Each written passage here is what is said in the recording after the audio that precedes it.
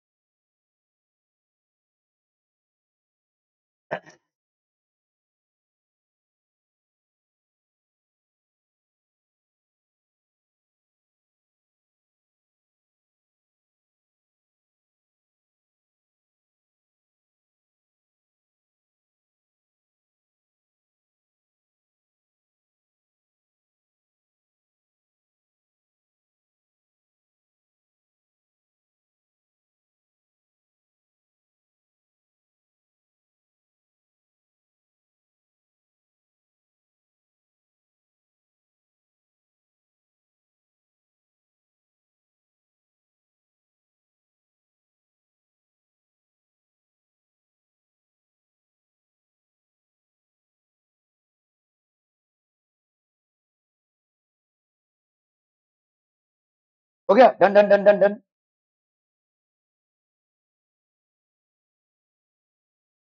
Capacitor, अच्छा देखो पहले क्या है, इस कैपेसिटर को ही चार्ज किया जा रहा है ना. Only this capacitor is being charge. तो आपका C1 में चार्ज कितना डेवलप हो जाएगा बोलो.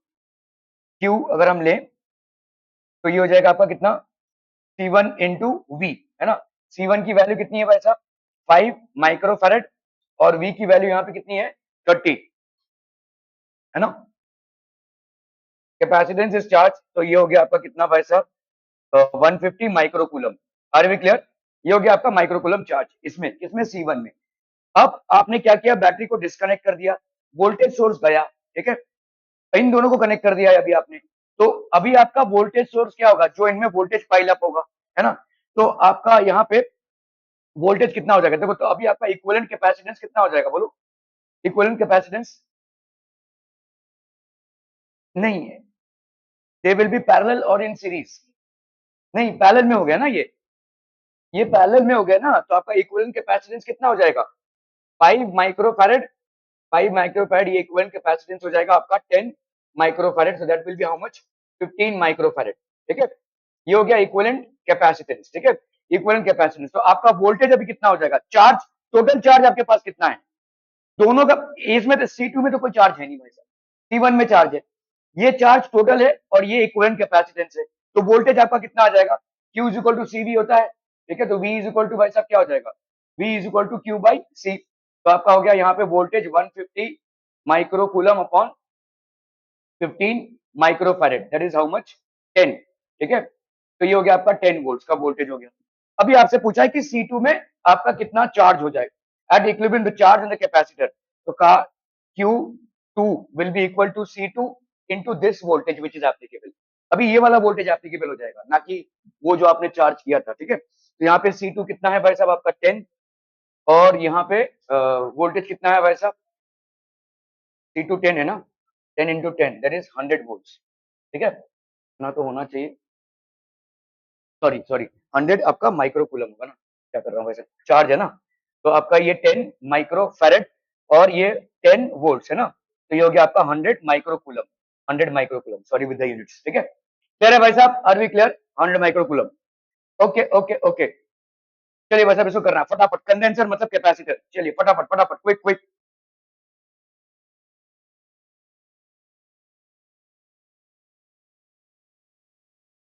A condenser of 2 microfarad capacitance is charged steadily from 0 to 5 volts. Which of the following graph represents correctly the variation of potential difference across its plates with respect to the charge Q on the condenser? बहुत आसान सा सवाल है, थोड़ा सा सोचिए, बहुत आसान, वेरी वेरी इजी। प्लॉटिंग किसके किसके बीच हुई है? प्लॉटिंग किसके किसके बीच हुई है? वोल्टेज और सी के बीच। क्या रिलेशनशिप है वोल्टेज और सी के बीच? हाँ, ओके चलिए भाई साहब, तो अब अगर करते हैं, देखो Q इज इक्वल टू सी भी होता है ना, ठीक है, तो V और आपका भाई साहब Q, Q और V के बीच क्या प्रोपोर्शनलिटी है? डायरेक्ट प्रोपोर्शनलिटी है भाई साहब, है ना? Q is directly proportional to V या V is directly proportional to Q, ऐसा लिख सकते हैं। अगर ऐसा है, ठीक है, अगर ऐसा है, देखो यहाँ पे अगर हम V को देखते हैं तो ये क्या हो जाएगा, 1/Q इंटू सी, है कि नहीं? क्लियर है, 1/Q इंटू सी। अभी ये V मतलब क्या हो गया, Y एक्सिस पे y इज इक्वल टू, इसके साथ ये कीजिए, y is equal to m x plus c होता है ना?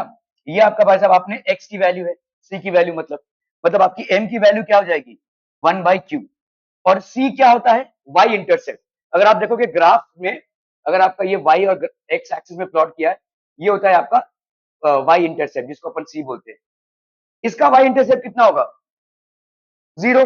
तो मतलब कहां से जाएगा, ये ओरिजिन से जाएगा, ठीक है।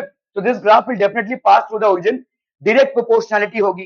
तो ये तो होगा नहीं भाई साहब, ये भी नहीं होगा और ये भी नहीं होगा, स्ट्रेट लाइन ग्राफ होगा, डायरेक्ट प्रोपोर्शनैलिटी है। बताओ कौन सा हो जाएगा? इन दोनों में से कोई होगा, इन दोनों में से कोई होगा, क्योंकि दोनों भी आपका कहां से पास हो रहे हैं, यहां से पास हो रहे हैं। अभी अभी सवाल पढ़ लो यहाँ पे, ठीक है। A condenser is charged steadily from 0 to 5 coulomb, 0 to 5। चलिए भाई साहब, which of the following graph represents the correct variation of potential difference. अभी देखो इन दोनों में से सिलेक्ट कैसे करना है आपको। यहाँ पे आपका कितना हो जाएगा बोलो, 5 ना, 0 to 5 वोल्टेज, इन दोनों में से कौन सा सही होगा भाई साहब? 5 और 2.5। जब यहाँ पे आपका चार्ज हुआ है 5 कूलम, हाँ कैसे? हाँ, Q is equal to C V करेंगे अगर अपन, Q is equal to C V, तो C की वैल्यू भाई साहब यहाँ पे कितनी है, यहाँ पे 2.5 हो गए ना, नहीं ये 2 है, और ये हो गया आपका 2.5 इंटू 10⁻⁶। तो यहाँ पे हो गया आपका 5 इंटू 10⁻⁶, तो 5 इंटू 10⁻⁶ बराबर है, ठीक है, क्लियर है। सो दिस वुड बी, यहाँ पे मैथमेटिकल कैलकुलेशन है, लेकिन लॉजिक वाइज आपका ये लग रहा है, दोनों भी स्ट्रेट लाइन, मतलब आपका straight line graph which would be passing through the origin would be the first thing, ठीक है, that you have to decide on, ठीक है, okay. The answer is A. Clear है भाई साहब? Are we clear? Okay, okay, okay. A parallel plate capacitor with width 4 centimeter, length 8 centimeter, and separation between the plates. काफी सारे values हैं भाई साहब, इसको एक मिनट, हाँ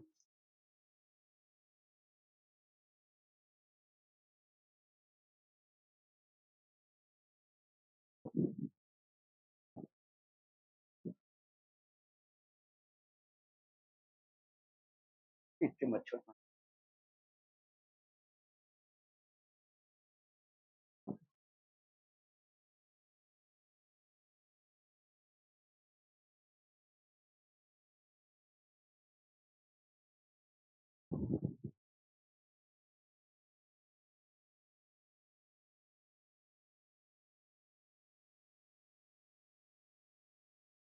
तो वैसे इसमें काफी सारी चीजें दी हुई है, ट्राई कीजिए जरा इसको फटाफट। एक पैरेलल प्लेट कैपेसिटर है with 4 centimetre, length 8 centimeter, and separation between the plates as 4 millimeter is connected to a battery of 20 volts. A dielectric slab of dielectric constant 5 having length 1 centimeter with 4 centimeter in thickness is inserted between the plates of parallel plate capacitor. The electrostatic energy of the system will be.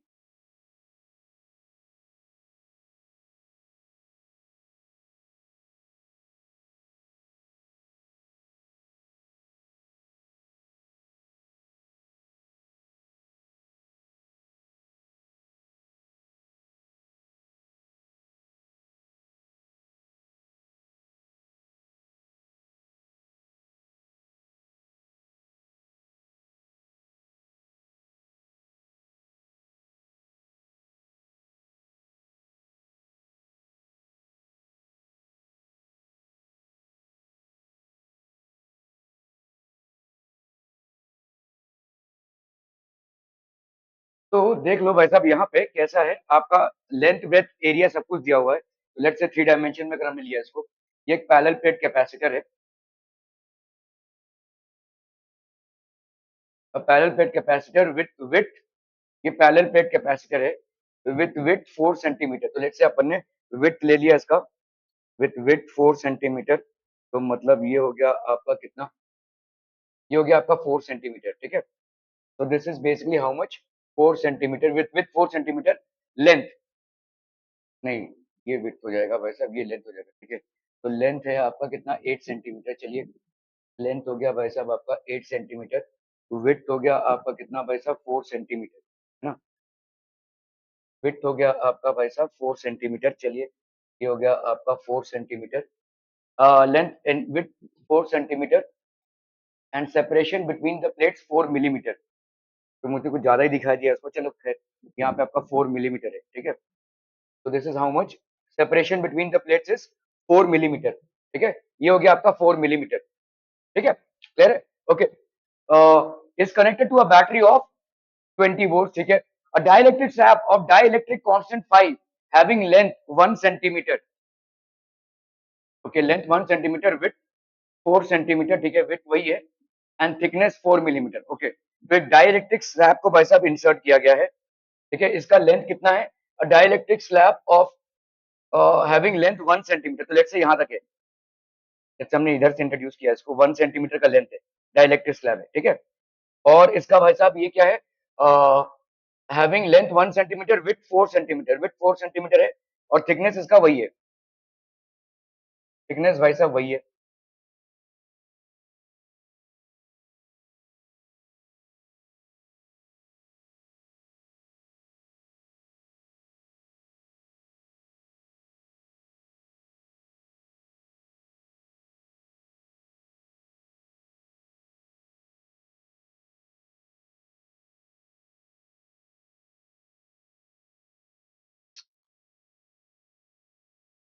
Okay, चलिए भाई साहब ये thickness हो गया यहाँ पे, this is basically the thickness, ठीक है, क्लियर है। ये आपका डाइलेक्ट्रिक स्लैब है, this is basically the dielectric slab. इसका लेंथ कितना है भाई साहब, इसका लेंथ है 1 centimetre, this length is 1 centimetre. क्या ये समझ में आ रहा है भाई साहब, okay. Now you have to calculate, ठीक है, parallel plate, the electrostatic energy of the system, मतलब आपको पहले तो कैपेसिटेंस को कैलकुलेट करना पड़ेगा, what will be the equivalent capacitance.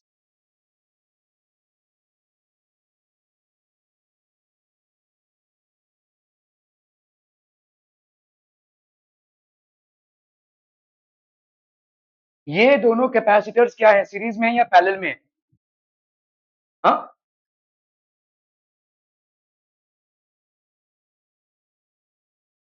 सोचो सोचो भाई साहब सोचो, इसी में सवाल है। देखो बहुत मच्छर काट रहा है यार, ये क्या है, ये क्या हो गया।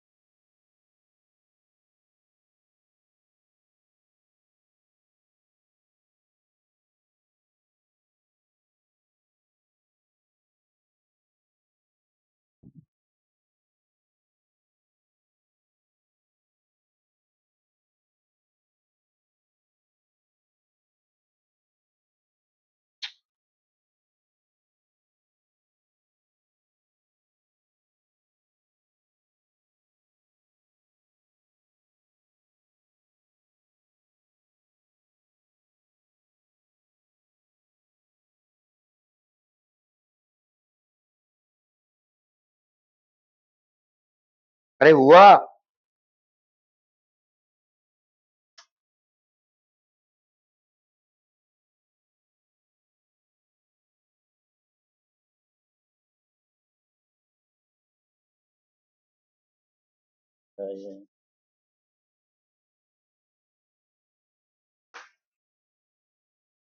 हुआ क्या?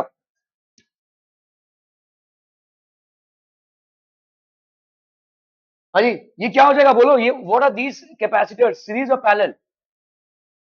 पैरेलल, ठीक है। आपने ये सवाल किए हुए हैं, देखो ऐसा, अगर ऐसा ऐसे एक के ऊपर एक रहेगा तो वो क्या हो जाएगा, दैट विल बी सीरीज।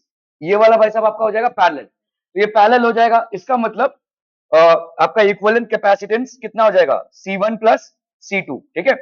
अभी C1 की वैल्यू कितनी हो जाएगी, लेट्स से ये C1 है, ठीक है, तो ये हो जाएगा एप्सिलॉन नॉट, और इसका डायलेक्ट्रिक भी दिया हुआ है, कितना डायलेक्ट्रिक कांस्टेंट के दिया हुआ है आपका, ठीक है। तो के epsilon naught a by D1, A1 by D1, ठीक है, प्लस ये कितना हो जाएगा बोलो, एप्सिलॉन नॉट A2 बाई डी2। भाई साहब समझ में आ रहा है कि नहीं, क्लियर है, समझ में आ रहा है?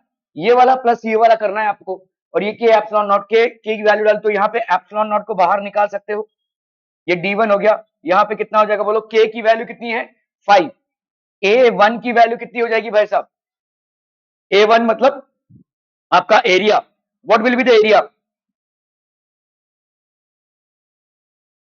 बोला बोला जल्दी से बोलो। डी तो आपका 4 मिलीमीटर है, एरिया कितना हो जाएगा, अच्छा D1 और D2 यहाँ पे दोनों भी सेम होंगे, तो हम इसको बाहर निकाल सकते हैं बेसिकली, क्योंकि दोनों का जो डेप्थ, ये जो डिस्टेंस है वो सेम है 4 मिलीमीटर, तो इसको अपन बाहर निकाल सकते हैं, एक्चुअली D1 और D2 नहीं होगा, यहाँ पे D और D हो जाएगा, ठीक है। तो ये हो गया अपॉन डी, ठीक है। तो एप्सिलॉन नॉट डी मतलब कितना हो जाएगा भाई साहब, अरे ओ भाई साहब बोल तो रहे हैं अपन, कितना होगा 4 इंटू 10⁻⁻3, क्या ये समझ में आ रहा है, ठीक है, 4 इंटू 10⁻⁻3। A1 की वैल्यू कितनी हो जाएगी बोलो, A1 की वैल्यू लेंथ इंटू ब्रेथ ना, 1 सेंटीमीटर, ये हो गया आपका 1 सेंटीमीटर, और ये हो गया आपका भाई साहब 4 centimetre, 4 into 1, that is 4 into 1, ठीक है। ये कितना हो जाएगा, आपका हो जाएगा भाई साहब 10⁻², है कि नहीं, 10⁻², मीटर में लिया हुआ है, बड़ी हंसी आ रही है, ठीक है। हाँ मा- हाँ -4, ठीक है, -4, ठीक है, 10⁻⁻4। चलिए भाई साहब यहाँ पे A2 की वैल्यू कितनी हो जाएगी बोलो, आ, वही 4 इंटू 10, नहीं 8, नहीं 7, 7 ना, एक चला गया 7, यहाँ पे भाई वही कर रहे हैं ना, देखो 4 इंटू 1, यहाँ पे कितना हो जाएगा भाई साहब 4 इंटू 7, एक उसमें चला गया ना, तो 4 इंटू 7 इंटू 10⁻⁻4, क्या ये समझ में आ रहा है भाई साहब? ओके ओके ओके, तो यहाँ पे कितना हो गया भाई साहब, this will be equal to epsilon, मैं एप्सिलॉन नॉट को रिजॉल्व नहीं कर रहा हूँ, क्योंकि देखो यहाँ पे आंसर में एप्सिलॉन नॉट है, ठीक है। तो एप्सिलॉन नॉट अपॉन ये हो गया 4 इंटू 10⁻⁻3, यहाँ पे कितना हो जाएगा बोलो, 5 4 20, 20 इंटू 10⁻⁻4, 4 7 28 इंटू 10⁻⁻4, ठीक है। तो ये हो गया आपका एप्सिलॉन नॉट 4 इंटू 10⁻⁻3, ठीक है। ये हो गया कितना भाई साहब, 20 प्लस 28, ये हो गया आपका कितना 48 इंटू 10⁻⁻4, ये आपका कैंसिल हो गया, 4 12 जा, ये हो गया एप्सिलॉन नॉट इंटू -4 -1 ना, 10⁻⁻1, ये हो गया आपका इक्विवेलेंट कैपेसिटेंस, है कि नहीं, ठीक है। हाँ जी, हाँ 12, 12 epsilon not, 12 epsilon not into 10⁻⁻1, जिसको अपन 1.2 एप्सिलॉन नॉट भी लिख सकते हैं, ठीक है। ओके, अभी आपको यहाँ पे पूछा है electrostatic energy of the system will be, तो आपका एनर्जी कितना होता है भाई साहब, एनर्जी होता है हाफ हाफ सी वी का स्क्वायर, ठीक है। तो यहाँ पे हो गया half C equivalent, that is 1.2 epsilon naught into V का स्क्वायर, दैट इज 400, ठीक है, 400। तो ये हो गया आपका 2 2 जा 4, 2 1 जा 2, सर हाँ, नहीं 2 2 जा 4 हुआ ना, 400, 2 2 जा 4, तो ये हो गया 24 24 240, 240 एप्सिलॉन नॉट जूल्स, है ना, एप्सिलॉन नॉट तो हमने लिया ही हुआ है, तो 240 एप्सिलॉन नॉट जूल, तो मतलब यहाँ पे इसकी वैल्यू कितनी हो जाएगी, दिस विल बी 240, ठीक है, इसका वैल्यू हो जाएगा 240। Are we clear? क्लियर हम पीपल हम? Okay okay okay.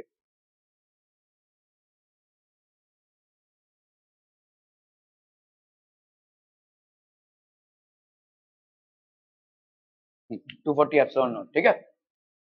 चलिए भाई साहब इसको करना है। In a parallel plate capacitor electric field between the plate is E, if the charge on the plates is Q, then the force on each plate will be how much. चलिए फटाफट करना भाई साहब।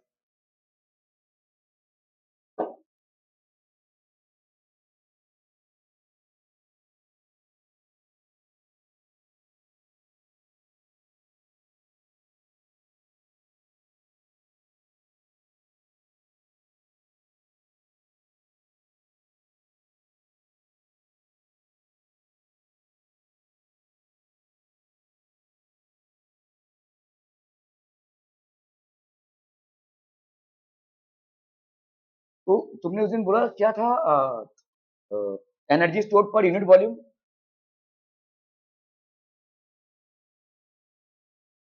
Half epsilon naught E square ना, ई मतलब electric field, ठीक है।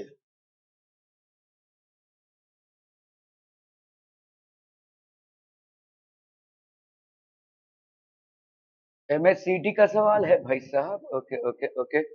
In a parallel plate capacitor electric field between the plates is E, if the charge on the plates is Q, then the force on each plate.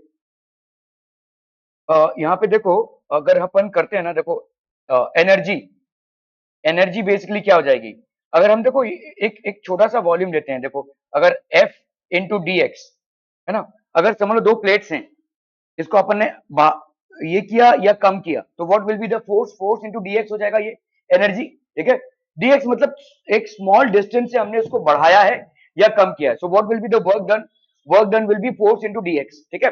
Okay, अभी यहाँ पे देखो work done मतलब होता है energy, ठीक है। तो अगर मैं बात करूं यहाँ पे भाई साहब एनर्जी पर यूनिट वॉल्यूम की, तो एनर्जी पर यूनिट वॉल्यूम मतलब ये हो जाएगा you A into D x, ये एनर्जी पर यूनिट वॉल्यूम है, ठीक है।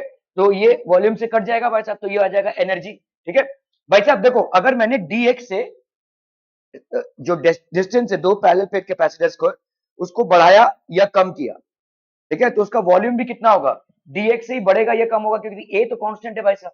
क्या हम ऐसा लिख सकते हैं, ठीक है, F into D X is equal to U A into D X. अभी यू की वैल्यू आपने क्या बताई, हाफ एप्सिलॉन नॉट ई का स्क्वायर ए डी एक्स, समझ में आता है भाई साहब, ये हो गया आपका एफ इंटू डी एक्स, ठीक है। क्लियर है भाई?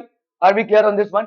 Okay, in a parallel plate capacitor electric field between the plates is E, if the charge on the plates is Q, then the force on each plate, तो आपका भाई साहब force on each plate कितना हो जाएगा, if the charge is Q.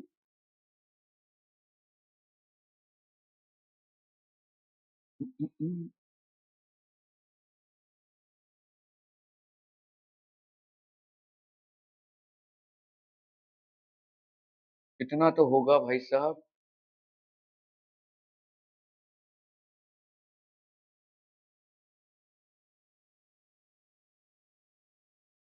ई दिया हुआ है और अपने को भाई साहब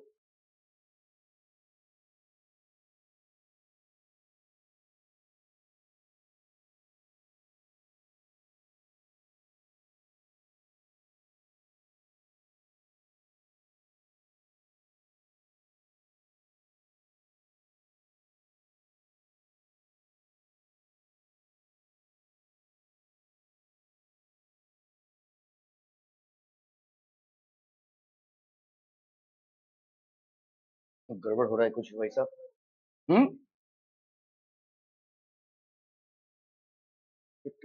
ये तो सवाल होना चाहिए भाई साहब, किसी का आया क्या आंसर, नहीं? हाँ,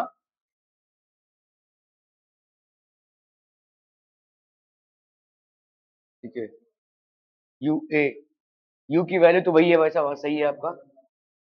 अच्छा डीएक्स डीएक्स को उड़ा दिया, हाँ भाई ये तो कर सकते थे अपन, ये क्यों नहीं किया, तो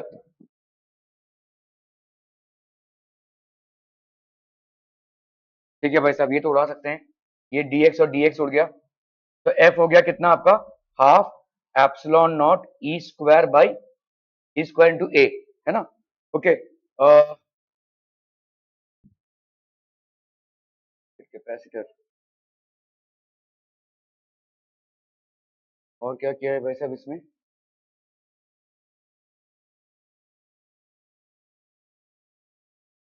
हाँ, E is equal to V by D, ठीक है भाई साहब।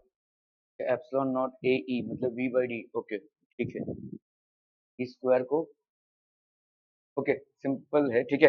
ओके, तो अगर हम इसको देखो तोड़ते हैं, so this will be half epsilon naught E into A into E, ऐसा लिख सकते हैं। ई को तोड़ा हमने भाई साहब, ई इंटू ई में, ठीक है, क्लियर है।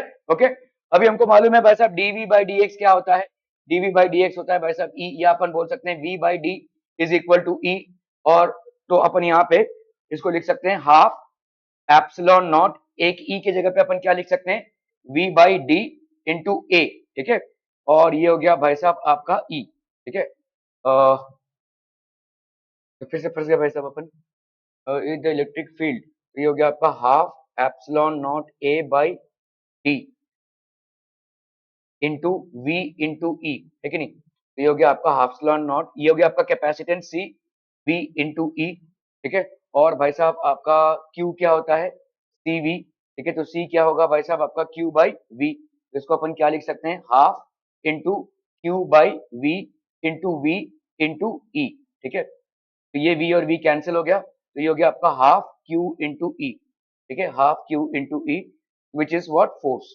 तो फोर्स हो गया आपका क्यू ई बाई टू, ठीक है, फोर्स हो गया आपका भाई साहब Q E by two. Okay okay okay,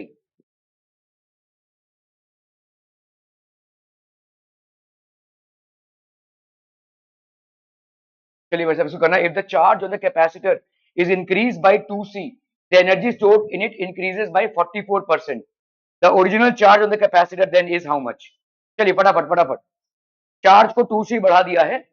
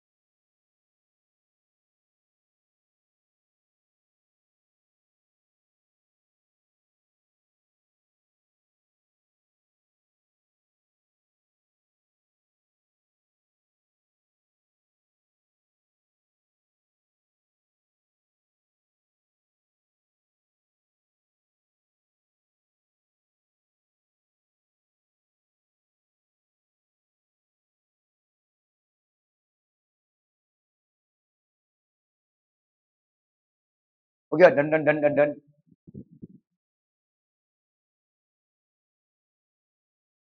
to c मतलब यहाँ पे कैपेसिटेंस नहीं है भाई साहब, कूलम है, ठीक है। चार्ज को आपने अगर दो कूलम बढ़ाया, जो भी आपका ओरिजिनल चार्ज था उसको अगर आपने दो कूलम बढ़ाया, energy stored in it increases by 44%, ठीक है। एनर्जी स्टोर का formula, high,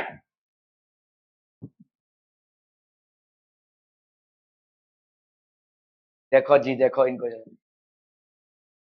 half CV square, चलो भाई साहब, हाफ सीवी स्क्वायर, तो energy stored is half CV square. इसको भाई साहब यहाँ पे अगर मुझे v का तो यहाँ पे कोई लेना देना नहीं है, चार्ज का है। और कैसे लिख सकते हैं इसको बताओ, half Q square by C लिख सकते हैं कैसे, अगर अपन ने किया q is equal to C V, तो आपका भाई साहब क्या हो जाएगा बोलो, अ, हाँ तो v is equal to q by c, ठीक है। तो v square is equal to Q square by c, है ना। तो सी स्क्वायर सॉरी, तो यहाँ पे c into q square by c का स्क्वायर, मतलब ये कैंसिल होकर भाई साहब आपका आ गया half Q square by C, energy की वैल्यू आ गई। अभी देखो कैपेसिटर का आपने कैपेसिटेंस चेंज नहीं किया है, कैपेसिटर वही है तो कैपेसिटेंस वही रहेगा, मतलब ये वाला चीज जो है वो तो कांस्टेंट है। तो इसका मतलब अपन क्या लिख सकते हैं, u is directly proportional to Q square, ऐसा लिख सकते हैं। ये वाला फैक्टर तो आपका कांस्टेंट है और ये वाला भी भाई साहब आपका कांस्टेंट है। तो energy stored if the capacitance remains the same, energy stored is directly proportional to the square of the charges that we are trying to store. क्या ये समझ में आ रहा है भाई साहब? ओके ओके ओके, तो अपन यहाँ पे क्या बोल सकते हैं बोलो, U2 by U1 will be equal to Q2 का स्क्वायर बाई Q1 का स्क्वायर, है कि नहीं? ठीक है, क्लियर है? ओके ओके ओके, क्लियर है भाई साहब, समझ में आ रहा है ये? ओके, अगर अपन ने दोनों तरफ अभी देखो इसमें क्या है, अपने को ऊपर ये जो परसेंटेज चार्ज है, परसेंटेज मतलब क्या है देखो, this will B U2 minus U1 upon U1 into 100, यही होगा ना? समझ में आ रहा है कि नहीं? तो अभी इसको अगर मुझे लाना है फ्रैक्शन में, ये फ्रैक्शन लाना है मुझे लेफ्ट हैंड साइड में, यही है 44%, है कि नहीं भाई साहब? This is 44%, the final energy minus initial energy upon initial energy into 100%, that is basically 44%. So if I have to get this on the left hand side, what do I need to do? अरे बहुत simple है यार, बोलो तो मुझे क्या करना पड़ेगा?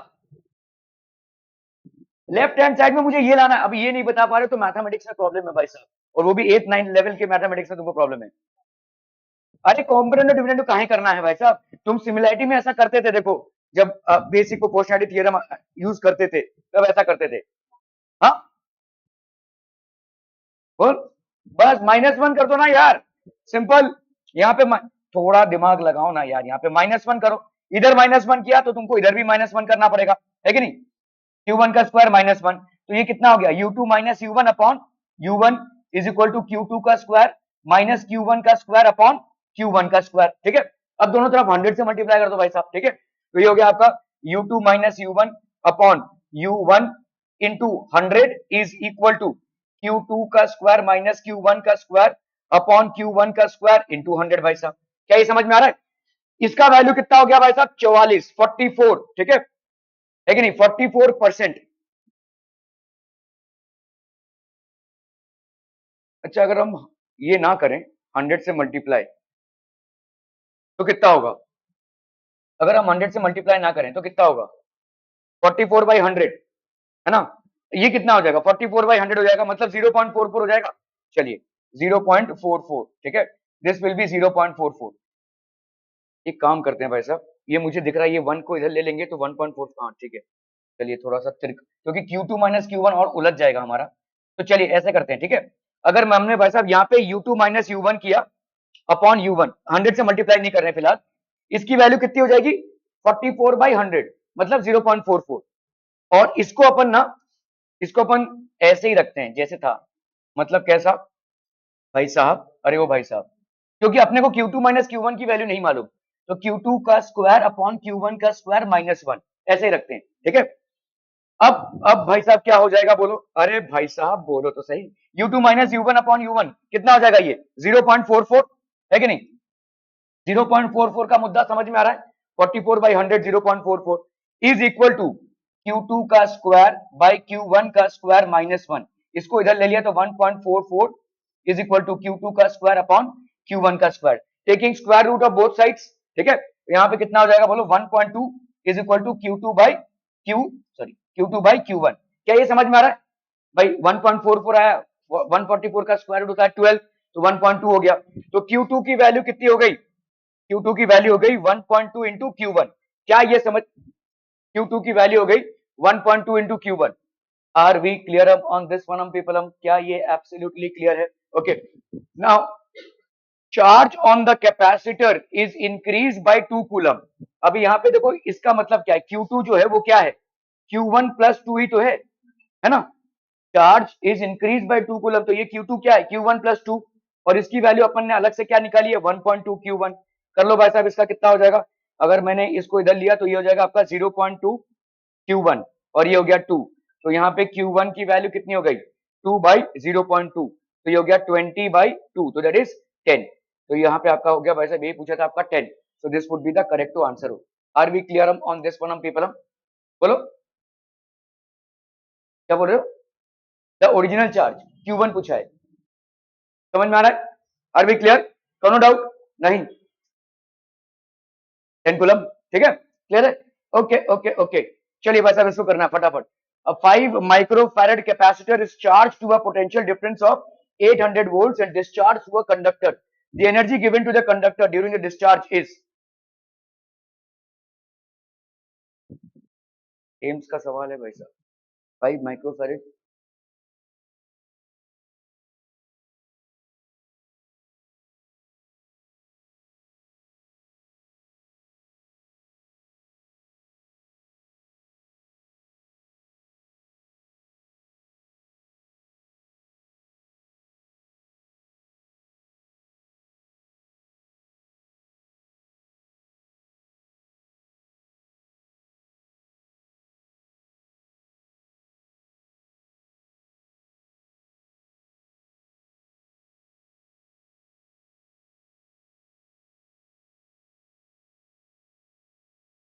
मेरे हिसाब से बी होना चाहिए। क्या होगा भाई साहब? हाफ सी, हाँ हाफ होगा, सॉरी सॉरी, ठीक है। हाफ सी वी स्क्वायर है भाई साहब, ठीक है। एनर्जी कितनी होती है भाई साहब? हाफ सी वी का स्क्वायर। तो डिस्चार्जिंग कर रहे हैं मतलब इतनी एनर्जी निकालेंगे। हाफ इंटू सी, सी का वैल्यू कितना हो गया? 5 इंटू 10⁻⁻⁶ इंटू वी का स्क्वायर, दैट इज 8 इंटू 8 64 इंटू 10⁻⁴, ठीक है। ये हो गया आपका 32, 32 इंटू 5 ये हो गया 16, 16 इंटू ये हो गया कितना भाई साहब? -2, तो ये हो गया आपका कितना? 1.6 जूल्स। बस खत्म भाई साहब, ठीक है। भाई चार्जिंग में अगर आपका इतना एनर्जी लगा है तो डिस्चार्जिंग में इतना एनर्जी आप निकाल लोगे, सिंपल है भाई साहब, है ना, ठीक है। 1.6 जूल। चलिए जेई मेंस का सवाल। इन द गिवन फिगर, आप अभी तक कुछ चीज सुलझा नहीं पाई, ये कैसे होता है? ये आपका एम्स कैसे? एम्स कभी नहीं होता है 2019, बताइए, मुझे नहीं मालूम। मेरा सवाल समझ पा रहे हैं मैं क्या बोल रहा हूँ? 2015 के बाद सिर्फ नीट है। मतलब पहले क्या होता था, जैसे आपके, जैसे महाराष्ट्र स्टेट बोर्ड का इंजीनियरिंग का एग्जाम होता है, कर्नाटका स्टेट बोर्ड का इंजीनियरिंग का एग्जाम होता है, तो जहाँ पे इंजीनियरिंग कॉलेजेस है उनके एडमिशन प्रोसेस वहाँ पे होते हैं। तो पहले ऐसा होता था कि जितने भी आपके महाराष्ट्र में मेडिकल कॉलेजेस हैं वहाँ पे एमएससीटी से एडमिशन मिलता था। जितने भी कर्नाटका में है वहाँ पे कर्नाटका सीटी से एडमिशन मिलता था। अभी आपका स्टैंडर्डाइज हो गया है नीट। तो भारत के किसी भी मेडिकल कॉलेज में जाने के लिए आपको नीट का स्कोर कंसिडर होगा। तो my question is why and how is it aims? AIIMS मतलब मालूम है ना, ठीक है। ये एम्स कैसे है 2019? जरा रिसर्च कीजिए, ये कैसे है 2019? नीट 2019 हो सकता है, एम्स 2019 कैसे होगा? क्योंकि जब एग्जामिनेशन ही नहीं कंडक्ट हो रहा है तो ये पेपर में सवाल कैसे आया? ओके, चलिए भाई साहब, करना है फटाफट। ये चलेगा जेई मेंस शिफ्ट 1 के साथ, एकदम से एकदम सही है।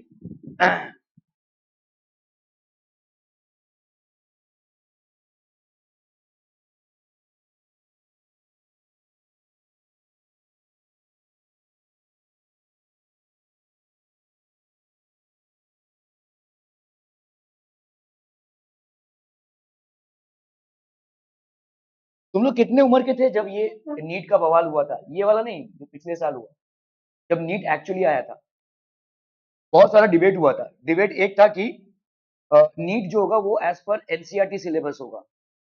अभी बहुत सारे जितने भी कॉलेजेस हैं वो एनसीईआरटी या बहुत सारे स्टेट्स एनसीईआरटी को फॉलो नहीं करते हैं। तो सबने प्रोटेस्ट किया भाई साहब, हमारे बच्चों का क्या होगा? क्योंकि हमारे बच्चों का जो करिकुलम है वो एमएससीटी या कर्नाटका सीटी से अलाइंड है।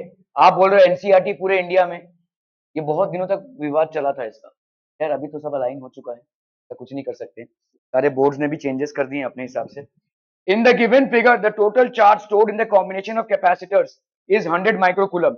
The value of x is, चला हो चला जल्दी से, क्या ये कैपेसिटर्स क्या है? पैरेलल या पैरेलल है? पैरेलल में क्या हो जाएगा नंदिनी? अच्छा जी, C1 प्लस C2 और C3 के लिए गया है। Okay, C1 plus C2 plus C3। Okay, तो आपका भाई साहब कितना हो गया ये? This will B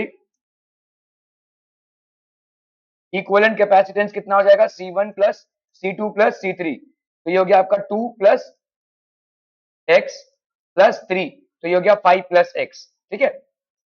equivalent capacitance ये हो जाएगा भाई साहब। In the given figure the total charge stored in the combination of capacitors is 100 microcoulomb, ठीक है। तो ये हो गया भाई साहब आपका equivalent capacitance. Equivalent capacitance, parallel में आपके चार्जेस अलग अलग होते हैं लेकिन वोल्टेज क्या होता है? सेम होता है, ठीक है। अब बताओ भाई साहब कैसे कैलकुलेट करेंगे? इसमें चार्ज कितना होगा और इसमें चार्ज कितना होगा, इसमें चार्ज कितना होगा? Q1 की वैल्यू कितनी हो जाएगी? अरे बोला हो, बोला जल्दी से बोला। C1 इंटू वी मतलब कितना हो जाएगा? 2 इंटू 10, है कि नहीं? माइक्रो है, ठीक है, माइक्रो कूलम है भाई साहब। वैसे ही Q2 की वैल्यू कितनी हो जाएगी भाई साहब? X इंटू 10 माइक्रो कूलम, ठीक है। Q3 की वैल्यू कितनी हो जाएगी भाई साहब? 3 इंटू 10 माइक्रोकूलम।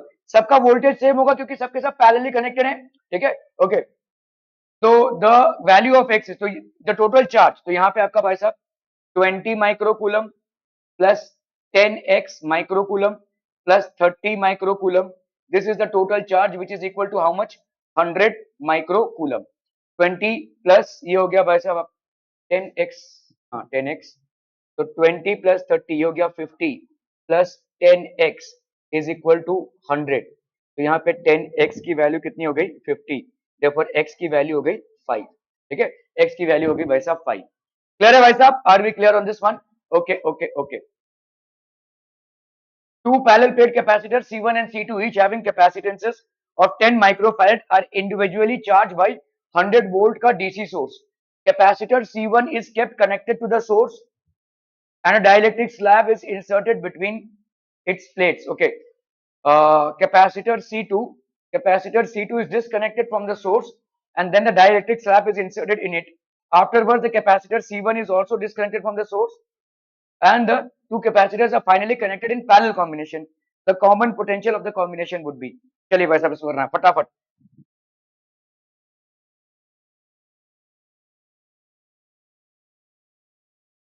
तो खा लेते हैं भाई साहब।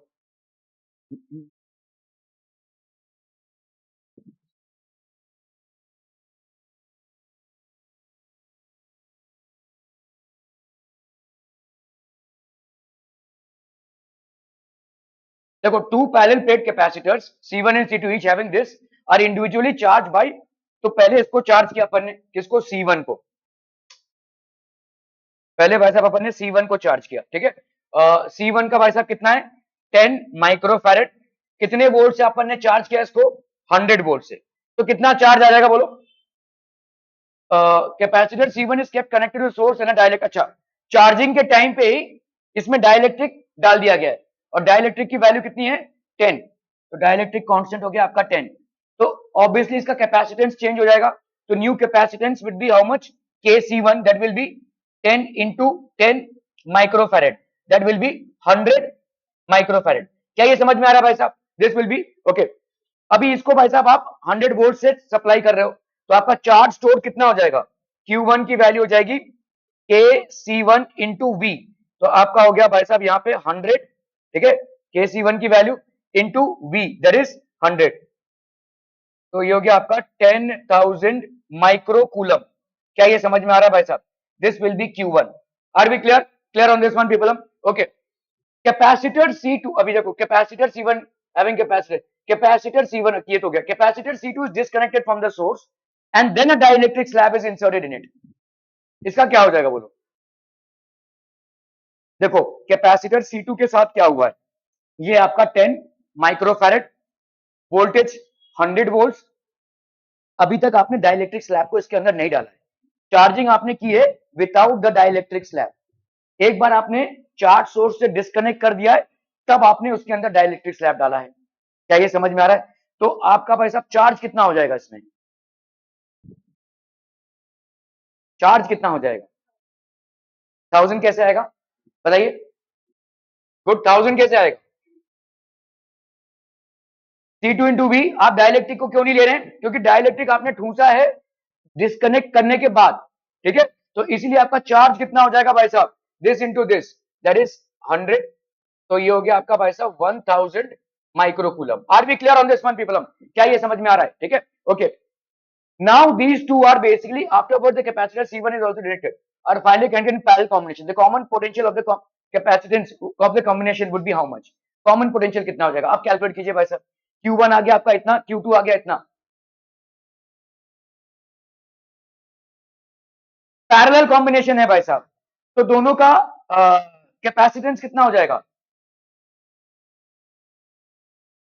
अरे देखो भाई साहब, इक्विवेलेंट कैपेसिटेंस कितनी हो जाएगी भाई साहब? पैरेलल है तो C1 प्लस C2 है कि नहीं?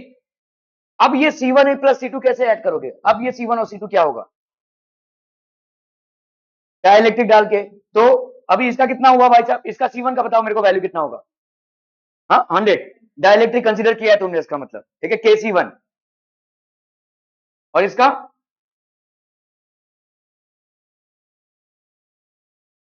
तुमने पैरेलल कॉम्बिनेशन कर दिया है जब, तब तुमको यहाँ पे KC2 लगाना पड़ेगा, ठीक है। क्या ये समझ में आ रहा है? देखो तुमने जब चार्ज का कैलकुलेशन किया है तब तुम K का कंसीडरेशन नहीं कर रहे हो C2 में, ध्यान दो इस चीज को, ठीक है। सवाल पेचीदा है यहाँ पे कि आपने C2 को चार्ज कर दिया, उसको डिस्कनेक्ट कर दिया, अभी डाइलेक्ट्रिक ठूस रहे हो, ठीक है।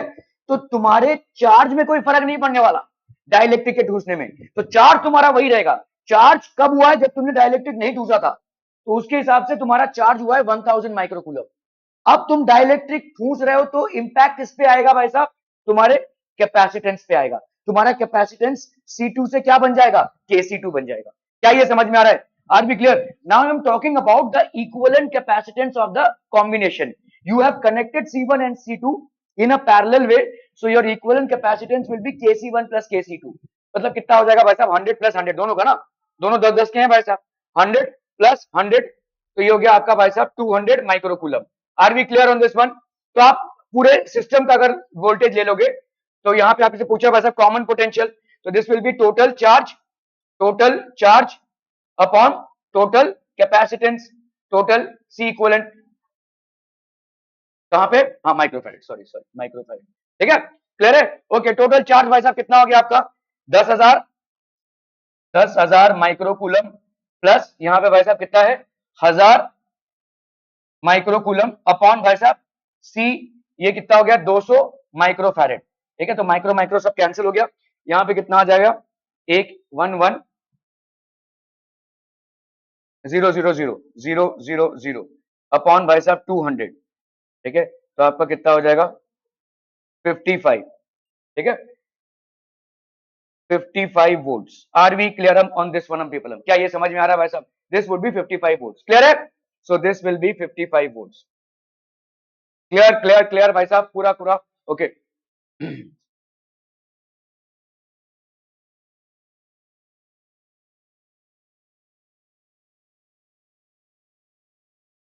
55 वोल्ट्स, ठीक है।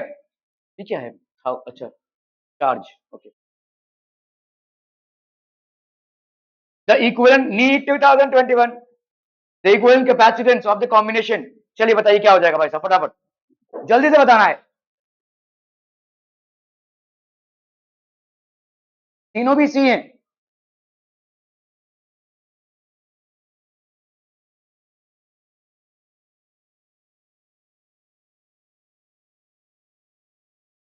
भाई साहब सिंपल है, इसका हो जाएगा शॉर्ट सर्किट, इस वाले का ये शॉर्ट सर्किट हो जाएगा, ठीक है। तो अपना क्या है, ये सी और ये सी क्या है, पैरेलल में है। पैरेलल मतलब आपका कितना हो जाएगा, equivalent will be equal to C plus C, that is 2C। Simple, ये आंसर हो जाएगा, सिंपल, ये शॉर्ट सर्किट हो जाएगा आपका, ठीक है। This will B basically short circuit, okay. तो C1 प्लस सी 2C। हाँ हाँ, बहुत बढ़िया भाई साहब।